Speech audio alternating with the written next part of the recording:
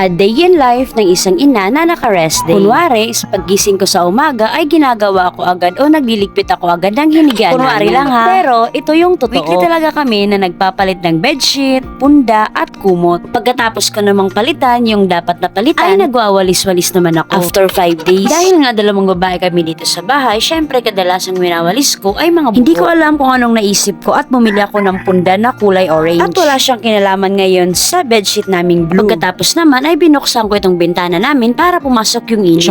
Yung hangin pala. Naisipan ko nga rin pala na linisin itong electric fan namin. Hanggang ngayon nga, di pa kami nakakapakabit ng jealousy. Dahil nga sa sunod-sunod na mga nangyari. Pagpasok pa lang ng January 2024 hanggang March 2024 ay sunod-sunod na problema yung mga dumating sa amin. January 2024 ay nakagasgas kami ng sasakyan na hindi naman din sinasadya. Yung ginawang pambayad namin ay yung cellphone na lang ng partner ko kasi worth 4,000. Yung gagastusin daw sa gasgas. Mura na nga daw. February 2024 naman, I was diagnosed blighted ovum.